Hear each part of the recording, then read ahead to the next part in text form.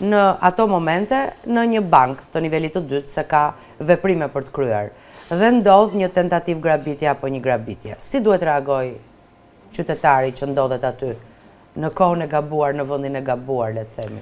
Atëherë, veprimi i parë është ruajtja e qetësisë. Si një person që është në panik, në një moment të tillë mund të bëjë çdo veprim. Mund të marrë pengje, mund të godas, të rrezikoj për të ruajtur atë.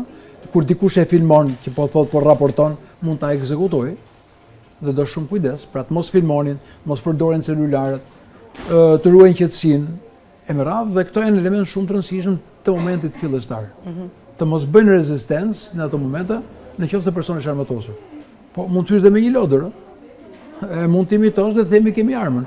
Sa raste kanë hyrë nëpër pika që kanë marrë kanë supermarkete celularët, po edhe celularët kanë hyrë pika që shesin në pikat e asaj. Po kemi parë dhe veprime profesioniste, për shembull nuk e di në Anglia, në Gjermani ku ishte ai rasti që goditën me mjete të forta, me varre, thyn xhamin e blinduar të një argjendarie, e grabitën dhe u larguan. Veshur me kamuflazh etj. Ose rasti i Italisë, që goditën furgonin. Po ishin veprime të fal profesionalizmi italian, por njëkohësisht dhe sistemit, për fat që sistemet e Italisë e kanë të aplikueshme dhe të detyrueshme, shkumën apo elemente të tjera të cilët e bën pavlefshme dhe monedhën e tyre, sepse e paralizuan.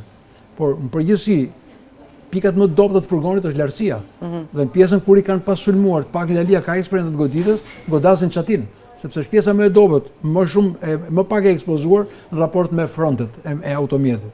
Dhe këto janë elementë që duhet të merren në konsiderat.